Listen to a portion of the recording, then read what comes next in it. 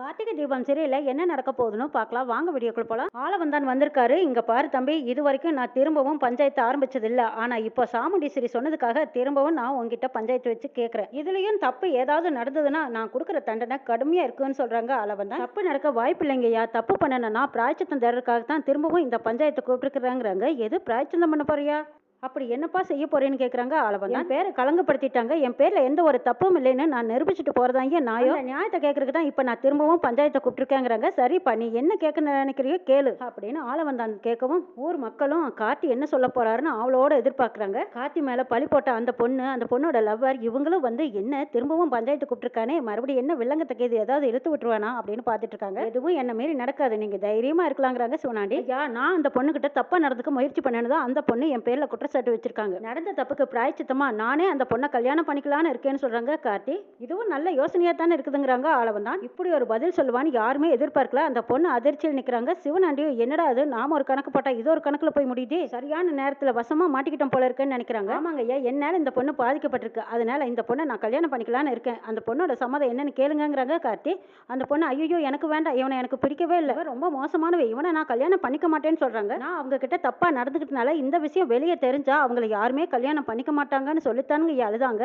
அவங்கள கல்யாணம் பண்ணிக்க நானே முன் வர்றேன். நானே அவங்கள கல்யாணம் பண்ணி தாலியை கட்டி மனைவியா ஏத்துக்கிறேன். இதே ஊருக்கு முன்னாடி நான் அவங்க கழுத்தில் தாலி கட்ட தயாரா இருக்கேன்னு சொல்றாங்க கார்த்தி. ஆளவந்தான் பார்த்துட்டு ஆமாமா, அந்த தம்பி சொல்றது சரிதானே, அந்த தம்பியால தான் நீ பாதிக்கப்பட்டிருக்க, அவன் கையால நீ தாலி வாங்கிக்கோ, அவங்க கூட சேர்ந்து போல. சாமுண்டீஸ்வரி, நீ என்ன கருத்து சொல்ற? அதுவும் அவங்க ரெண்டு பேரும் கல்யாணம் பண்ணிக்கிட்டா உன்னால என்ன முடியும்னு கேட்கறாங்க. ஐயா, அப்படி ஒரு வேலை என் வீட்டு டிரைவர் அந்த பொண்ணை கல்யாணம் பண்ணிக்கிட்டா அவங்களுக்கு தேவையான வசதி, தங்கறதுக்கு வீடு, செலவுக்கு பணம், வேலை வாய்ப்பு எல்லாமே நான் கொடுத்து ஆதரிக்கிறேங்கிறாங்க சாமுண்டீஸ்வரி.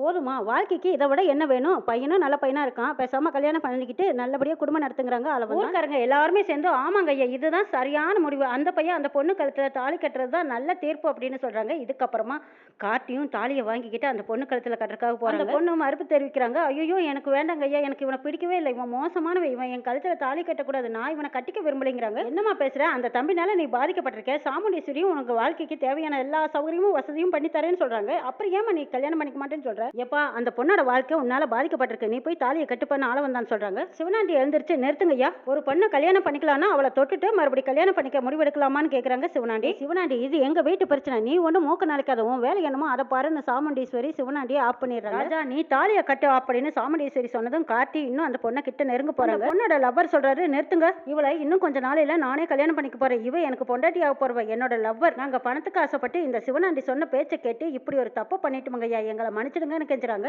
சிவனாண்டி சொன்னதுனாலதான் இப்படி ஒரு தப்பு பண்ணிட்டோம், எங்களை விட்டுருங்க ஐயா, நாங்க கிளம்பி போயிடுறோம்னு சொல்லி கெஞ்சுறாங்க. கேட்டதும் சாமுண்டீஸ்வரியும் சரி ஆளவந்தானும் சரி பணத்துக்காக இப்படி எல்லாம் கூட பண்ணுவீங்க? ஒரு நல்ல பையன் மேல எப்பேற்பட்ட பழியும் கலங்கமா சுமத்திருக்கீங்க, இந்த மாதிரி ஆளுகளை எல்லாம் சும்மா விடக்கூடாது, சுட்டு தள்ளுங்கிறாங்க சாமுண்டீஸ்வரி. எல்லாத்துக்குமே காரணம் இந்த சிவனாண்டி தான். அப்பவே நினைச்சேன், என்னடா இது புதுசா, இவ எங்களுக்கும் சொந்தமில்ல அங்கேயும் சொந்தமில்ல, அப்படி இருக்க நடுவுல எங்கிருந்து வந்தா, எல்லாம் இந்த சிவனாண்டியோட ஏற்பாடாத்தான் இருக்கும்னு எனக்கு சந்தேகம் இருந்துகிட்டே இருந்தது. அதுவும் தவிர இந்த பஞ்சாயத்துல முன்னாடி வந்து மூக்கு நுழைச்ச பாரு, டே சிவனாண்டி, இந்த காலத்துலயும் ஏன் குடும்பத்தை உன்னால அசைக்க முடியாது, டிரைவர் விஷயத்துல மூக்க உடச்சுக்கிட்டியான்னு கேக்குறாங்க சாமுண்டீஸ்வரி. நீங்க திரும்ப திரும்ப இந்த டிரைவர் முன்னாடி இப்படி தோத்து போயிட்டீங்களே, ஏதாவது ஒண்ணு சொல்லி சமாளிங்க அப்படின்னு ஜாட பண்றாங்க சந்திரா.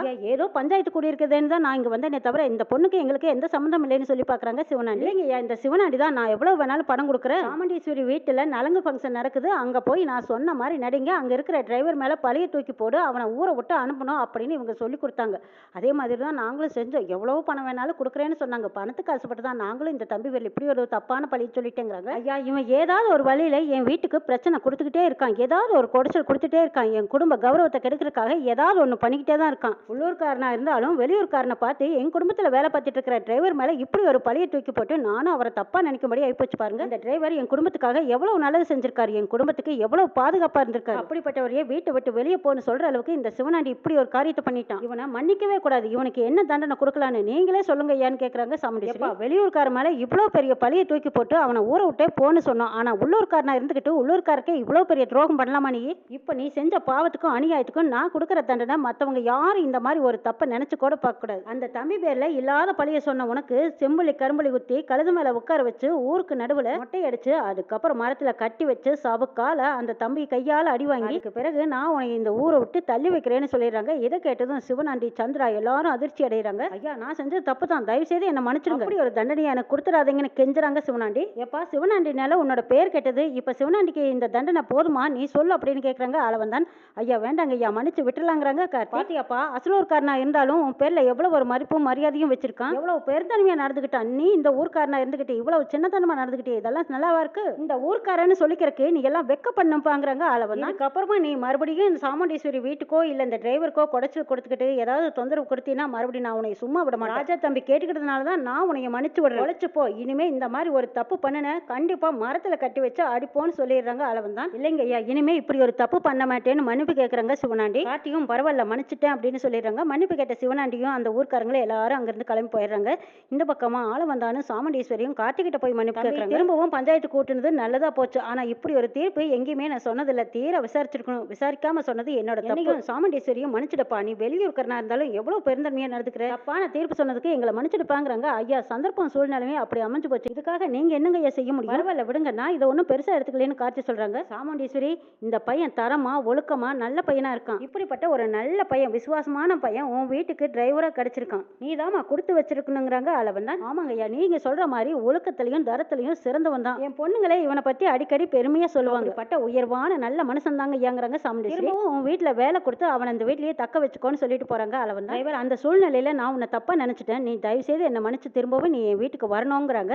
கண்டிப்பா வருவேன் மேடம்னு கார்த்தியும் அவங்க வீட்டுக்கு போறாங்க. சாமுண்டீஸ்வரி கார்த்தியை வீட்டுக்கு கூட்டிட்டு போனதும் சந்திரா கிடுகிடுன்னு நடுங்கி நிக்கிறாங்க. ச்சே, நம்ம நினைச்சது ஒண்ணு நடந்தது ஒண்ணா போச்சு, திரும்பவும் இந்த டிரைவரை வீட்டுக்கு அக்கா கூட்டிட்டு வந்துட்டாலே, இனி திருப்பி எப்படி ட்ராமா பண்றதுன்னு யோசிக்கிறாங்க. கார்த்தி வீட்டுக்கு வந்த விஷயம் மாயாவுக்கு தெரிஞ்சதும் அவங்களும் அதிர்ச்சி அடைகிறாங்க. ஐயோ என்னது, சாமுண்டீஸ்வரியே திரும்பவும் அந்த டிரைவர் பையில வீட்டுக்கு கூட்டிட்டு வந்துட்டாங்களா? சாமுண்டீஸ்வரி அவன் பேர்ல அவ்வளவு அளவில்லாத நம்பிக்கை வச்சிருக்காங்க, அவ என்ன சொன்னாலும் இனிமே நம்புவாங்களே, ஒருவேளை நம்ம உண்மையை கீது எடுத்து சொல்லிடுவானா, கல்யாணத்தை நடக்க விடாம பண்ணிடுவானோ, அதுக்கு முன்னாடி நாம ஏதாவது பண்ணி ஆகணும்னு மாயா மகேஷ் ரெண்டு பேரும் யோசிக்கிறாங்க. கண்டிப்பா டிரைவர் எந்த தப்பும் பண்ணிருக்க மாட்டாங்க, எப்படியோ அம்மாவுக்கே உண்மை புரிஞ்சிருச்சு, அம்மாவே டிரைவரை வீட்டுக்கு கூட்டிட்டு வந்துட்டாங்கன்னு சந்தோஷப்படுறாங்க ரேவதி. மயிலும் ராஜாவும் கார்த்தியை பார்க்க வராங்க. இதுக்கு முன்னாடி வரைக்கும் நீங்க எங்க வீட்டு டிரைவரா தான் நான் உங்களை பார்த்தேன், என் தங்கச்சி பையன் என்னோட மாப்பிளையா நான் பாக்குறேன், பெரிய மாப்பிள்ளை எல்லா விவரத்தையும் சொன்னாங்க, அந்த மகேஷ் அவ்வளவு நல்லவன் இல்லை, அவனை பத்தி உண்மை தெரிஞ்சும் நீங்க அமைதியா நேரம் வர காத்திருக்கிறீங்க, இப்ப எப்படி உங்க பேர்ல எந்த தப்பும் இல்லைன்னு உண்மையை நிரூபிச்சிங்களோ அதே மாதிரி அந்த மகேஷ் மாயா ரெண்டு பேரும் மோசமானவங்கன்னு நீ சாமுண்டீஸ்வரிக்கு புரிய வைக்கணும்ப்பா, நீ ரேவதியை கல்யாணம் பண்ணிக்கிட்டு எங்க வீட்டு மாப்பிள்ளையா வரணும்னு நான் ஆசைப்படுறேன்னு கேக்குறாங்க ராஜா. தாய் மாமனோட ஆசைக்கு கார்த்தி என்ன பதில் சொல்ல போறாங்கன்னு நாளை பார்க்கலாம்.